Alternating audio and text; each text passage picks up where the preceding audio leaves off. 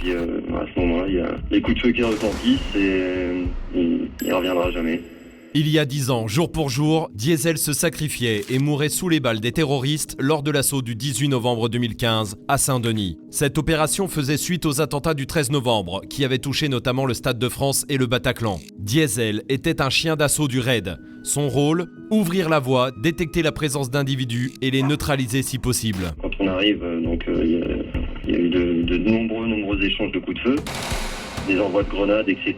Et donc à un moment, le calme revient, c'est presque un calme anormal, quoi. Donc on se dit qu'on envoie Diesel pour s'assurer que la zone est claire, quoi.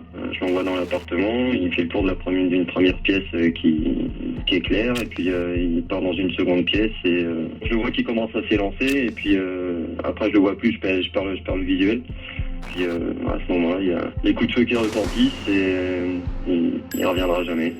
L'assaut du 18 novembre 2015 mènera à la mort des 3 terroristes et blessera 5 policiers. Diesel, lui, deviendra ce jour-là le premier chien d'assaut du RAID à mourir en intervention. Du haut de ses 7 ans, son départ à la retraite était prévu seulement quelques mois plus tard, au printemps 2016. Le 27 décembre 2015, la médaille Deakin sera remise à titre posthume à Diesel. Il s'agit de la plus haute distinction mondiale pour un animal dans un contexte de conflit.